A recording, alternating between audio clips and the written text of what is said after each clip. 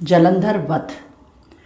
व्यास जी बोले, तात इसके पश्चात युद्ध में क्या हुआ? सनत कुमार जी बोले, जब गिरजा वहाँ से अदृश्य हो गई और गंधर्वी माया भी विलीन हो गई, तब भगवान वृषभध्वज चैतन्य हो गए। उन्होंने लौकिकता व्यक्त करते हुए बड़ा क्रोध आया। फिर विस्मित मना शंकर जलंधर से युद्ध करने लगे। जलंधर शंकर के बाणों को काटने लगा, परंतु जब काट न सका तब उसने उन्हें मोहित करने के लिए माया की पार्वती बनाकर अपने रथ पर बांध लिया, जो शुंभ निशुंभ द्वारा वध्यमान थी और विलाप कर रही थीं। तब अपनी प्रिया पार्वती को इस प्रकार कष्ट में पड़ा देख लौकिक लीला दिखाते हुए शंकर प्राकृत जनों की तरह व्याकुल हो गए और उन्होंने भयंकर रुद्र रूप धारण किया। अब उनके रौद्र रूप को देखकर भी दैत्य उनके समान खड़ा होने में समर्थ न हो सका और सब भागने छिपने लगे। यहाँ तक कि शुंभ निशुंभ भी युद्ध में स्थित होने को समर्थ न हो सके। जलंधर की सारी माया क्षण भर में नष्ट हो गई।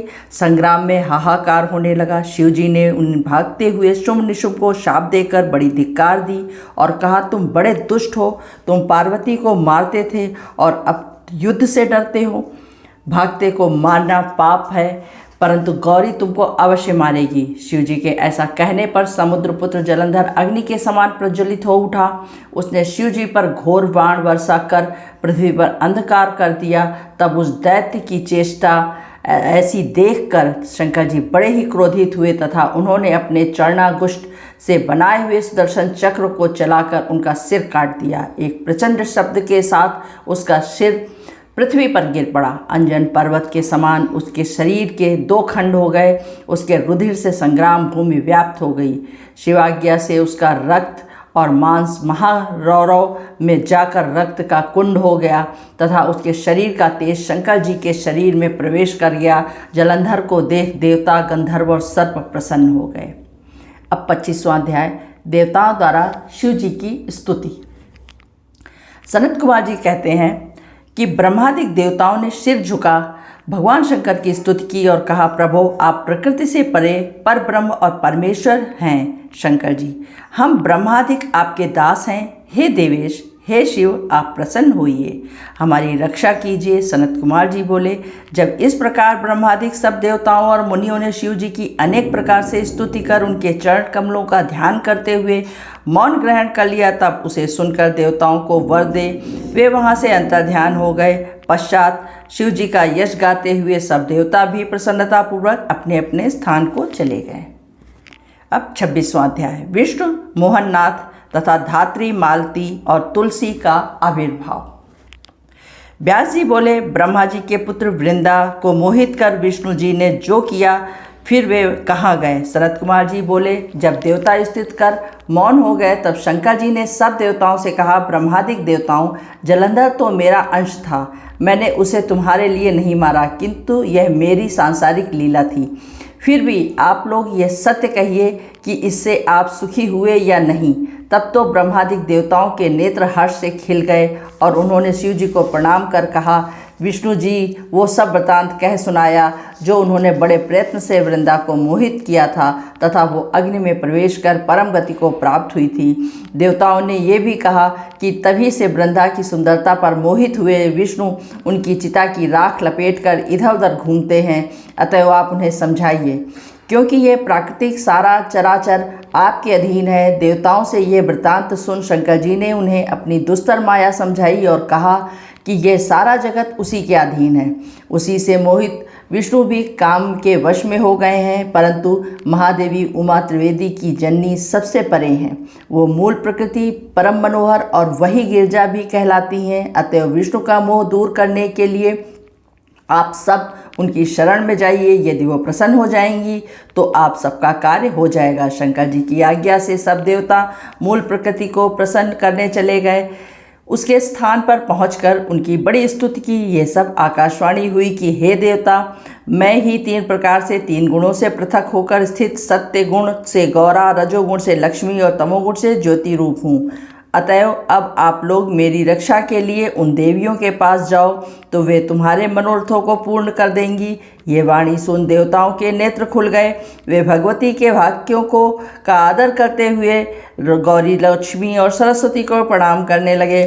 सब देवताओं ने भक्तिपूर्वक उन सब देवियों की प्रार्थना की और उस स्तुति से तीनों देवियां प्रकट हो गईं।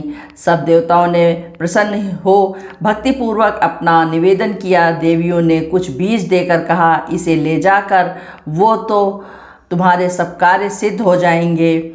तो ब्रह्मादिक देवता उन बीजों को ले विष्णु के पास गए। वृंदा की चिता भूमि में डाल दिया। उसे धात्री, मालती और तुलसी प्रकट हुई। विधात्री के बीज से धात्री, लक्ष्मी के बीज से मालती और गौरी के बीज से तुलसी प्रकट हुई।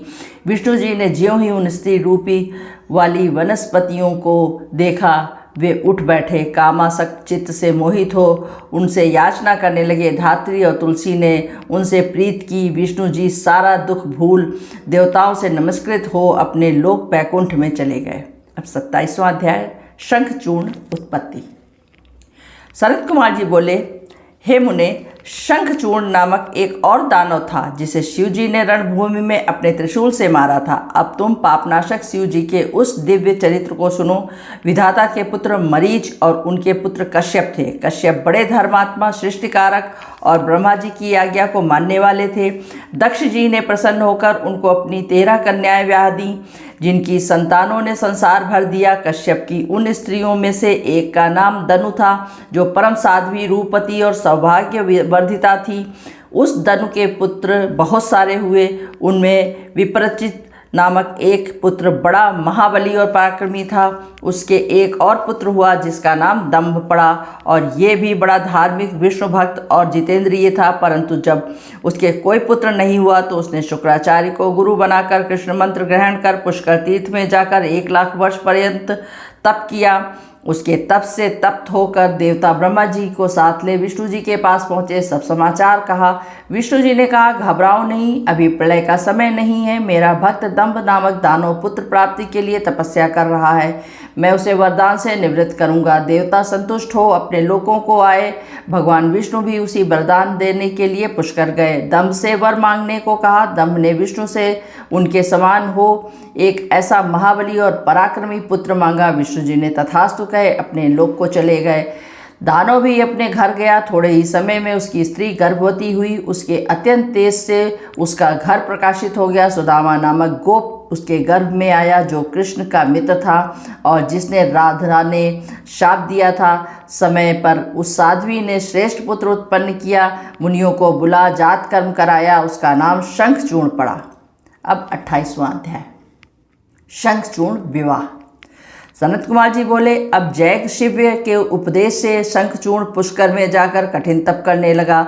एकाग्र मन हो गुरु के दिए हुए उपदेश के अनुसार इंद्रियों को वश में कर प्राप्त मंत्रों का जप किया। जब लोक पितामह ब्रह्मा जी उसे वर देने के लिए आए, दानवेंद्र ने स्तुति कर ब्रह्मा जी को प्रसन्न किया। ब्रह्मा जी ने कहा, वर मांगो। उसने कहा, मुझे देवता न जीत सकें। ब्रह्मा जी ने कहा, ऐसा ही होगा, ये वर दे। ब्रह्मा जी ने उसे श्री कृष्ण का अक्षय कवच दे दिया और कहा कि तू बद्रिकाश्रम में चला जा, वहाँ सकामा तुलसी तप कर रही है, तू उससे विवाह कर, वो धर्मराज की कन्या है। ऐसा कहकर ब्रह्मा जी अंतर्ध्यान हो गए। शंखचूर्ण बद्रिकाश्रम में तुलसी के पास चला गया। तुलसी ने कहा, मैं धर्मध्वज की कन्या हूँ, तुम कौन हो? यहाँ से चले जाओ।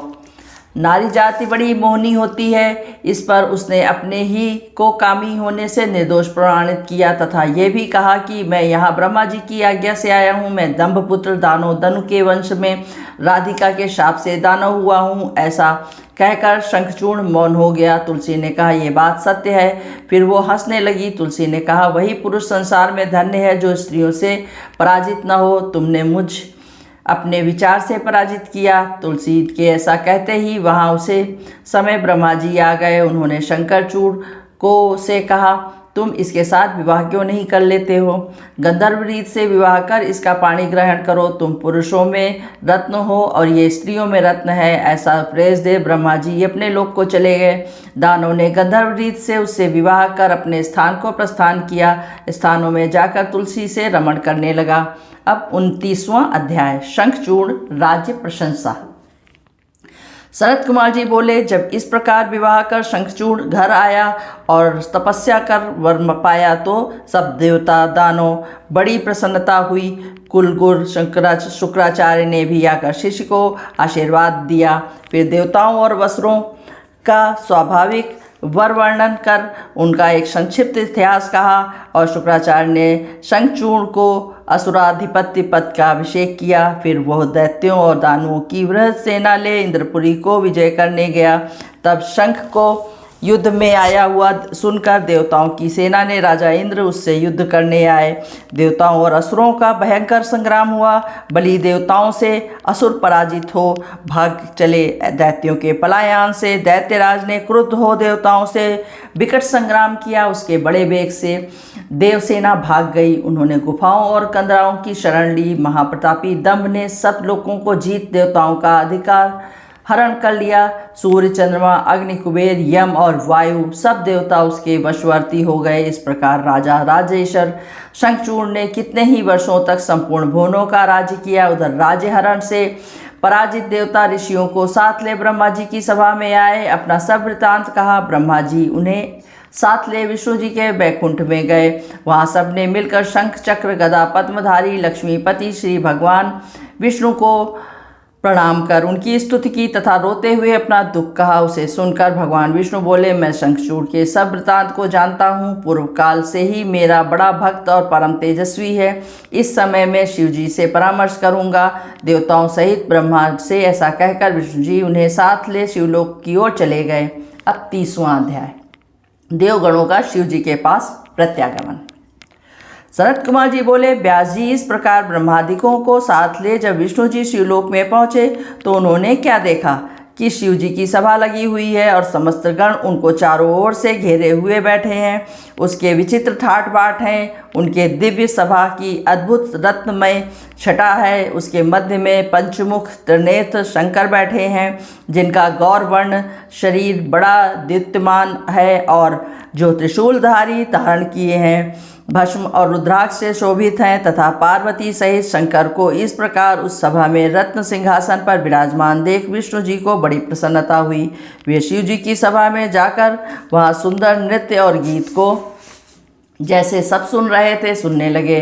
फिर अवसर पाते ही उन्होंने देवादिदेव शंकर की स्तुति कर कहा, हे प्रभु, हम सभी देवता आपकी शरण में आए हुए हैं। हम दुखियों की रक्षा कीजिए। हम शंखचूड़ से त्रस्त बहुत व्याकुल हैं। हे गौरीश, आप प्रसन्न हो, हमारा उद्धार कीजिए। अब 31वां अध्याय, शिव जी द्वारा आश्वासन।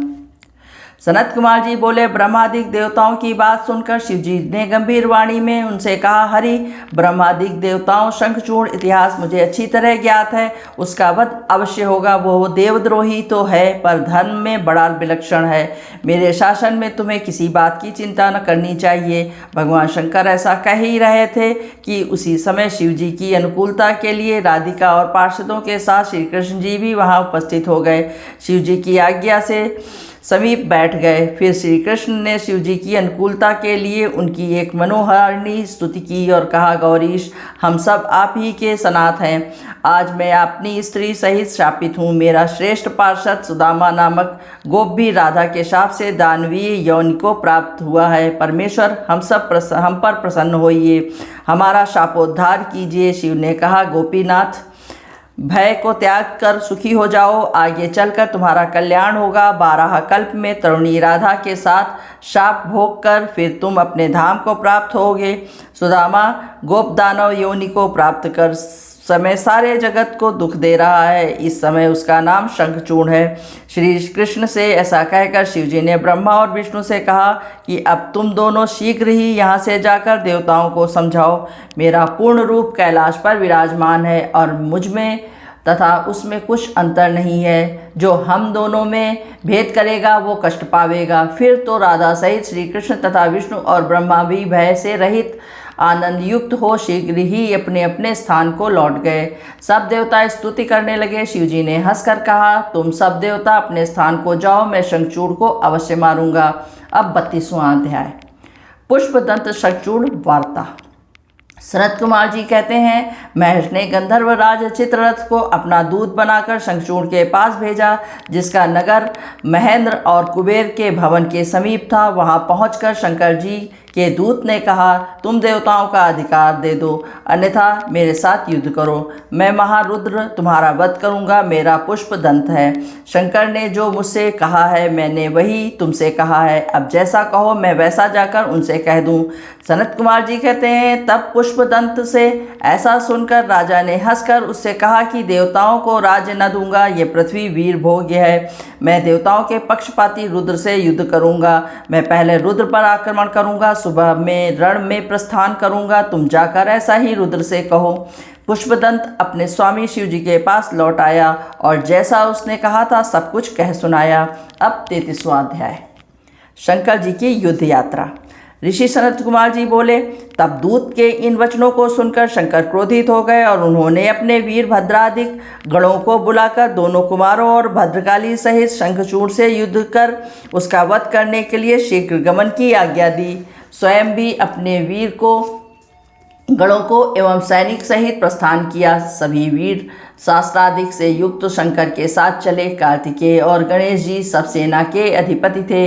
8 भैरव, 8 वसु, 11 रुद्र और 12 सूर्य, ये सभी शीघ्रता से वहाँ शिव जी के साथ आए। अग्नि, चंद्रमा, विश्वकर्मा, अश्विनी कुमार, कुबेर, यम, नैह ऋषि, नल, कुंवर, वायु, वरुण, बुध और सभी मांगलिक के ग्रह तथा महाबली कामशंकर जी के साथ आए तथा अपने वीर पार्षदों सहित 100 भुजा वाली देवी भद्रकाली स्वयं उपस्थित हुई। जिव्या 1 योजन तथा तक चलायमान हो रही थी और शंख, चक्र, गदा, पद्म और खंग, चर्म, धनुष, बाण धारण किए थी। उनके हाथ में 1 योजन का गोल खप्पर था और वहाँ आकाश स्पर्शी त्रिशूल तथा 1 योजन की लंबी शक्ति धारण किए थी।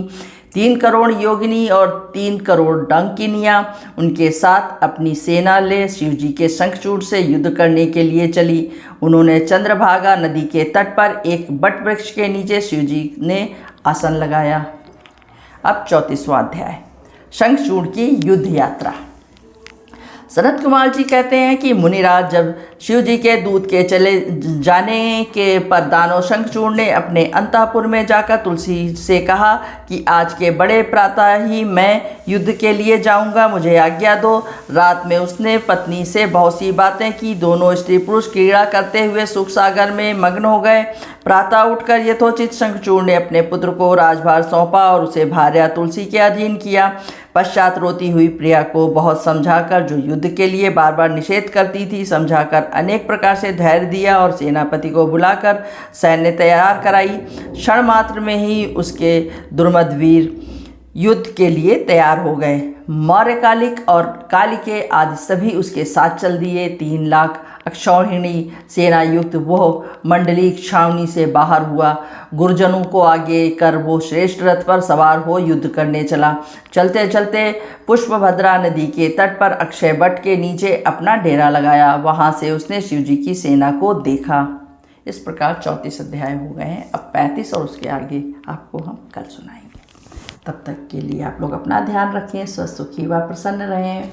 ओम नमः शिवाय, ओम नमः शिवाय, ओम नमः शिवाय। हर हर महादेव।